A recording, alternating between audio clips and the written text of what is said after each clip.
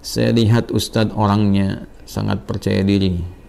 Bagaimana cara mengatasi sifat pemalu, minder, dan rendah diri? Terima kasih Ustadz. Astaghfirullahaladzim, astaghfirullahaladzim, astaghfirullahaladzim. Saya mohon ampun kepada Allah Subhanahu wa Ta'ala bila ada yang dilihat oleh orang lain berupa hal-hal yang terlihat baik dan sebagainya, tapi ternyata juga saya belum bisa memenuhi seperti apa yang terlihat. Maka semoga Allah mengampuni kekurangan-kekurangan itu, memaafkan dan memberikan bimbingan supaya menjadi lebih baik.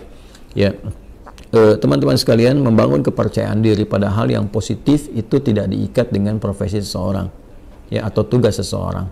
Ya, kepercayaan diri itu tidak melekat kepada seorang ustadz saja, kiai saja, ya, seorang habib misalnya, seorang guru. Tidak, tapi semua kalangan sepanjang mengerjakan nilai kebaikan mesti membangun kepercayaan diri yang kokoh pada dirinya untuk komitmen mengerjakan kebaikan itu, sehingga melahirkan motivasi kuat untuk melakukannya, mengerjakannya siapapun dan apapun yang ia kerjakan. Apakah ia misalnya dia di birokrat, ya, di dunia birokrasi, apakah di dunia diplomasi, apakah seorang pebisnis, seorang pedagang, seorang perawat, dokter, insinyur, bahkan misalnya dosen, guru, mahasiswa, atau juga pekerjaan-pekerjaan yang dilakukan pada umumnya masyarakat, ya, baik bertani, berkebun misalnya dan sebagainya. Semua butuh kepercayaan diri, dibangun sepanjang dikerjakan itu baik, ya, sepanjang yang dikerjakan itu baik. Nah, sekarang membangun kepercayaan diri itu seperti apa? Maka dimulai dengan hadis Nabi Muhammad SAW yang diriwayatkan oleh sahabat Umar bin Khattab radhiyallahu taala anhu, haddatsana qala, ya kan, an Abi Hafs عن أبي حفص عمر بن الخطاب رضي الله تعالى عنه قال قال رسول الله صلى الله عليه وسلم إنما الأعمال بالنيات وإنما لكل امرئ ما نوى فمن كانت هجرته إلى الله ورسوله فهجرته إلى الله ورسوله يا فمن كانت هجرته للدنيا يصيبها أو امرأة ينكحها فهجرته إلى ما هاجر إليه. Itu kan rawahul Bukhari. Maka di sini Nabi memberikan tips kepada kita semua, pesan yang sangat kuat. Seseorang itu kalau ingin mengerjakan sesuatu, kembalikan kepada motivasi terkuat dalam dirinya, ya, yaitu niatnya. Jadi ada 3 tahapan kita mengerjakan sesuatu itu berdasar dari dasar hati kita dulu. Yang pertama ada keinginan, ya. Yang kedua ada tekad, yang ketiga ada niat. Nah, keinginan itu disebut iradah namanya. Setiap orang tuh ingin pada segala yang baik. Ya, kalau Anda tanya, mau nggak ke surga? Semua jawab mau. Ingin nggak haji tahun ini? Semua orang ingin. Ya, tapi apakah setiap yang punya keinginan punya tekad? Belum tentu. Ya, tekad itu azam namanya, azimah, punya tekad. Baik, saya ingin ke surga, saya punya tekad yang kuat untuk bisa mendapati itu. Ya, nah tekad ini akan menurunkan turunan-turunan sampai nanti ke niat. Ya, sama persis saya pengen haji nih tahun depan, pengen banget. Ya, beda dengan yang sekedar ingin. Kayak ingin haji, ingin saja, tapi punya tekad, dia ingin mewujudkan keinginan itu. Nah, tahapan mewujudkan tekad tuh ke selanjutnya disebut dengan niat. Ada usaha pendahuluan, ya, nabung dari sekarang, terus berikhtiar, ya, ikhtiar yang optimal sehingga apa yang kita tekadkan itu bisa tercapai. Ingin ke surga, alhamdulillah, bertekad, apa surganya nih, Firdaus, maka kita siapkan, ya, berniat betul-betul, bikin tekadnya itu terwujud dalam bentuk perencanaan awal, perbaiki diri, boleh berhijrah, ya, berhijrah mendekat, meninggalkan yang buruk. Hijrah itu meninggalkan kebiasaan yang kurang baik, yang tidak Allah sukai, kepada kebiasaan baik yang Allah dan Rasulnya sukai. Itu poinnya. Jadi hijrah itu bukan menuntut kita pindah kepada suatu tempat tertentu, ya, kecuali kalau di tempat kita beraktivitas itu sangat tidak kondusif sekali. Ya, susah mendekat kepada Allah, terancam dalam keburukan. Ya, di tempat kerja misalnya, tempat kerjanya diliputi keburukan-keburukan yang sulit sekali mendekat kepada Allah. Mau sholat susah, baca Quran susah. Sementara kita sadar bahwa rezeki itu yang mengatur Allah. Kan kita sadar betul Allah Maha Pemberi rezeki, Allah mendatangkan rezeki. Ya, kenapa kita tidak berpindah ke tempat yang kemudian Allah sukai dan dengan itu keberkahan Allah berikan? Toh tetap kan rezeki tidak akan tertukar, toh tetap tidak akan berkurang. Ini kan poinnya. Nah, itu hijrah yang menuntut perpindahan tempat. Sama dengan tinggal di lokasi misalnya yang di tempat tinggal itu walaupun kompleknya terlihat megah dan sebagainya, tapi fasilitas untuk masjid tidak ada, mau pengajian susah, mendekat kepada Allah juga tidak mudah, gitu kan? Anda mencari tempat yang teduh, yang nyaman ibadah, yang enak beraktivitas. Di situ kemudian Anda membangun kepribadian yang lebih dekat dengan Allah Subhanahu wa Ta'ala. Jadi hijrah itu prinsip dasarnya meninggalkan perbuatan yang tidak disukai oleh Allah dan Rasulnya kepada kebiasaan dan perbuatan yang disukai Allah dan Rasulnya. Jadi bukan menuntut satu perpindahan secara langsung, ya, atau pindah kepada misalnya komunitas, pengajian, golongan tertentu. Bukan itu poinnya. Jadi jangan Anda katakan kalau berhijrah ini pindah ke golongan A, komunitas B dengan nama tertentu dan sebagainya. Bukan itu poinnya.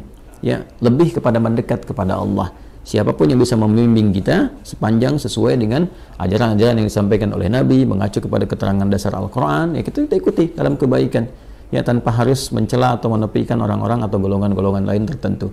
Nah, dalam konteks berpindah ini, maka lakukan semua karena Allah. Ya, motivasinya karena Allah dulu, nanti supaya dibimbing oleh Allah. Karena nanti orang melakukan sesuatu itu banyak motifnya. Ya tadi kata Nabi kan, "Faman kanat hijratuhu lidunya yusibuha", ada yang karena materi dunia. Ya, jadi Anda ini melakukan aktivitas untuk percaya diri ini, ya mengatasi sifat malu, minder, macam-macam. Apa yang mau dikejar? Karena dunia. Ya, kalau cuma dunia orang banyak sekarang. Ya, ada latihan-latihannya segala rupa untuk mencapai pekerjaan tertentu. Ada latihan sekarang di bidang bisnis misalnya. Dilatih Anda public speaking, bagaimana bicara depan orang, begini, begitu, dan sebagainya untuk capaian dunia. Ya, Anda akan dapat. Kata Nabi, Anda akan dapat. Ya, tidak ada kesalahan di dalamnya, sepanjang dicari itu baik, tapi belum tentu ada pahala untuk bekal pulang. Nah, niat itu menentukan apakah apa yang akan kita cari ini disukai oleh Allah sehingga punya bekal akhirat, value-nya value akhirat, atau cuma dunia saja. Itu poin pertamanya.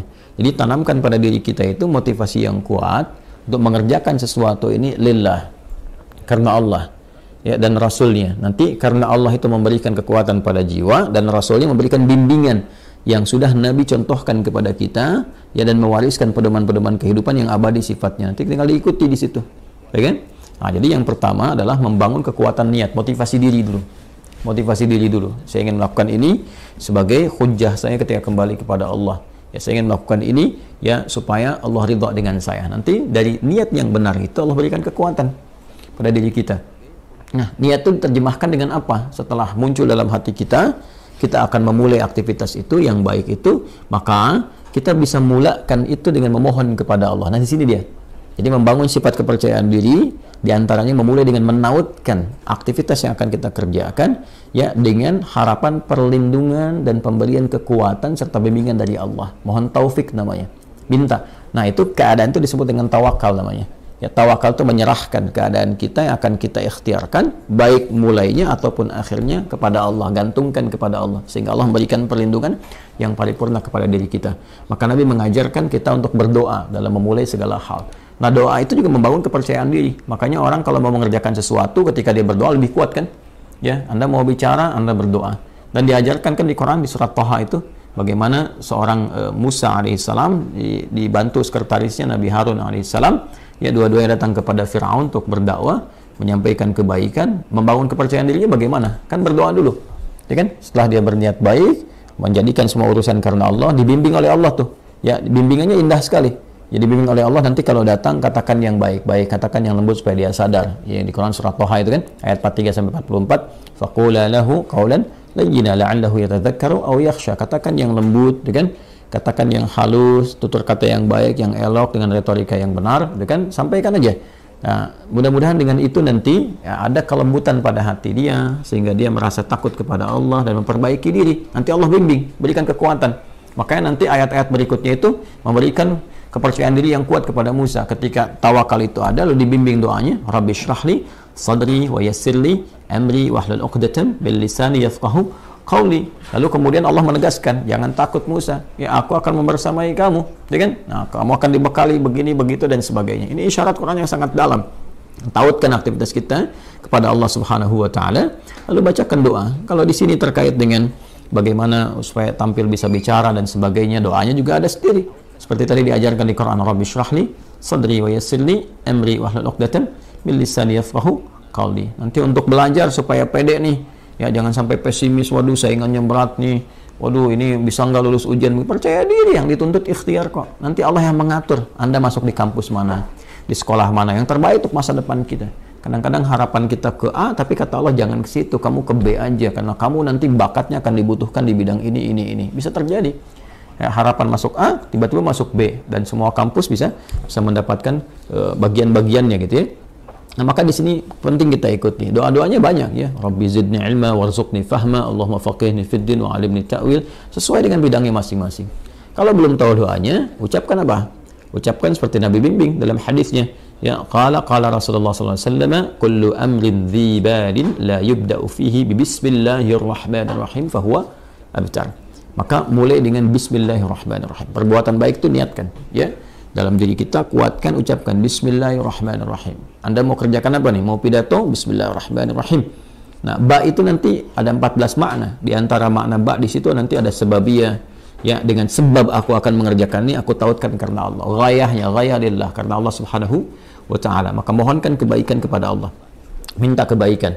Bismillah, ya, Ar-Rahman, Ar-Rahim. Nanti sifat-sifat Rahman dan Rahim Allah akan disertakan kepada kita. Maksudnya apa? Diberikan bimbingannya kepada kita. Dioptimalkan, dinaungkan kepada kita. Dengan rahmat Allah, kita akan dimudahkan beraktivitas. Dengan rahmat Allah, dijaga dari kesalahan. Dengan rahmat Allah, diberikan kekuatan. Itu Bismillahirrahmanirrahim. Makanya Nabi pun ketika mulai menerima wahyu, diminta oleh Allah untuk pede, untuk percaya diri. Walaupun Nabi nggak pernah belajar, ya, nggak pernah beliau punya guru formal, nggak ada beliau pernah masuk madrasah, ya kan? Nggak pernah belajar, ummi sifatnya. Ya, sifatnya apa? Ummi. Maka apa yang terjadi? Yang terjadi ketika menerima wahyu kan, ya kata malaikat, iqra, baca. Ma'ana biqari, saya betul-betul nggak bisa baca. Iqra, ma'ana biqari, saya betul-betul nggak bisa baca. Ya, sampai yang ketiga kan, iqra ma'ana biqari. Nabi bisa mengatakan maqara'tu. Ya, pakai bentuk kata kerja, bentuk past tense, kemudian dengan sigat ma, nafi.